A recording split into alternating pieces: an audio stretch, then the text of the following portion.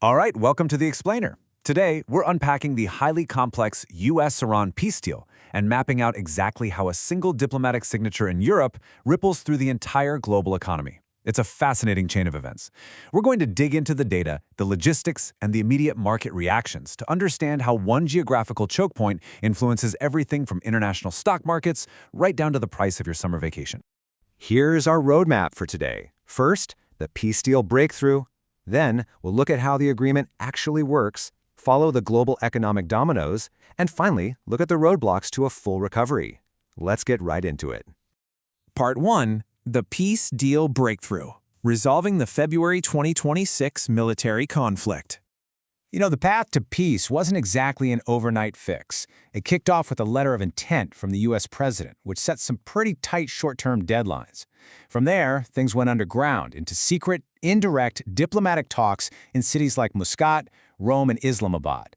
Mediators really had to grind behind the scenes until June 14, 2026, when they finally hammered out a 14-point memorandum of understanding. And all of this is culminating in a highly anticipated formal diplomatic signing in Switzerland.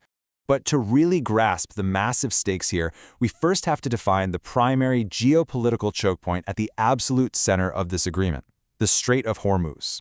It's an incredibly narrow water route. Honestly, think of it as the world's highest-stakes traffic bottleneck, sitting right between Oman and Iran.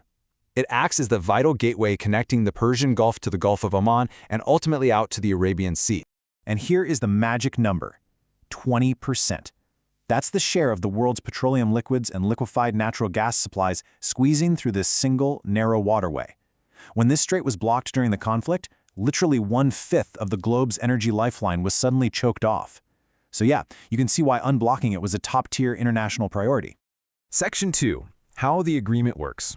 The 60-day unlocking sequence.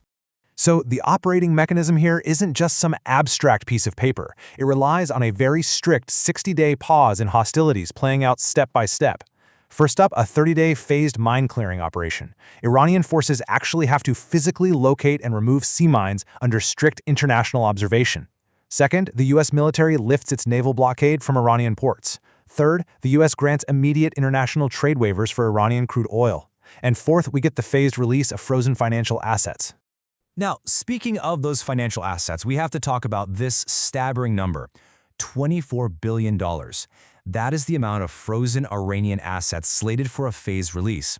And to instantly incentivize compliance with the physical and military de-escalation we just talked about, the first $12 billion of that total is unfrozen immediately.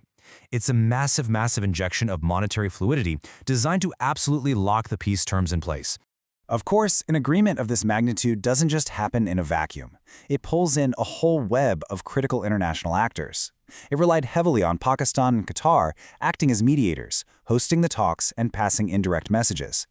Then you bring in the IAEA, the UN's nuclear watchdog, to actively verify the on-site dilution of enriched uranium. And we absolutely have to factor in nations like Israel, whose regional security operations are directly tied to the finality of these peace terms. Moving right along to Section 3, Global Economic Dominoes, Tracing the Financial Shockwave. The absolute first domino to fall was the immediate erasure of the geopolitical risk premium. Before the deal, investors were essentially inflating commodity prices to hedge against the worst-case scenario: prolonged war, sudden supply shortages, destroyed infrastructure. But the second that 14-point memorandum was announced, that entire fear-based pricing model basically evaporated. And the announcement triggered this really logical, cascading impact chain. First, the peace deal goes public, causing Brent and WTI crude prices, along with freight costs, to just drop. Because energy gets cheaper, global inflation forecasts immediately soften. With inflation fears cooling down, the persistent panic over central banks hiking interest rates eases up. And the final result? Investor sentiment absolutely skyrockets, leading to massive surges in global stock indices. Just look at the data from the major equity indices. We're talking about the S&P 500, the NASDAQ, Tokyo's Nikkei 225, all of them jumping anywhere from 1.7 to 5% almost overnight. By removing the threat of a closed strait, major corporate risk factors just vanish, and the markets responded with overwhelming optimism. Down on the commodities floor, the reaction was just as drastic, but in the total opposite direction. Brent crude prices plummeted by over 5% in literally 24 hours, settling down to approximately $82 a barrel. Just the sudden reassurance that millions of barrels of crude could soon flow securely completely flipped the supply forecast. But right under the surface of that huge market rally, there was a really fascinating corporate split. While technology and consumer brands gained billions in market value thanks to cheaper operational costs and better economic outlooks, major oil corporations actually saw their shares drop. Why? Because that sudden plunge to $82 a barrel meant their expected future oil revenues shrank considerably. It's wild. One industry's relief is quite literally another's revenue loss. So, why does this matter to you? How does a geopolitical agreement in Switzerland actually impact your daily life? Well, the deflation in shipping costs, since maritime companies don't have to take these massive, expensive detours around Africa anymore, combined with cheaper wholesale oil, directly protects your local summer travel fuel prices from spiking. It completely normalizes marine insurance rates and consumer transport costs globally. Finally, Section 4, Roadblocks to Full Recovery. Time for the reality check. Despite all the market celebrations, oil can't just magically flow normally right away. The structural challenges are actually pretty severe. For one, it's going to take up to 7 full weeks just for specialized minesweepers to clear the waters. On top of that, Qatar's liquefied natural gas processing units took physical drone damage during the conflict, and those need repairs. Plus, shut-in oil fields in Iraq and Kuwait, which were totally capped when regional storage filled up, are facing major technical hiccups trying to restart. Because of all this, experts project that full pre-conflict maritime traffic won't actually return until 2027. And beyond the logistics, the diplomatic hurdles are massive. We're seeing a stark contrast in messaging right now.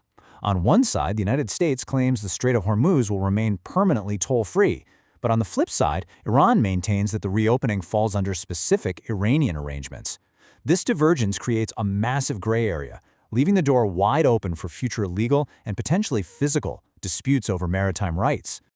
Which brings us to the end of our explainer. I want to leave you with this final, really critical thought. The current 14-point deal is fundamentally a 60-day pause. It delays the final, extremely difficult decisions on dismantling nuclear infrastructure and missile programs. Looking at the lingering structural challenges and this incredibly fragile diplomacy, we really have to ask ourselves, are the true underlying causes of the February 2026 war actually resolved, or has the global community merely pressed pause? Thank you so much for exploring this with us today. Keep questioning, keep analyzing, and we'll catch you next time.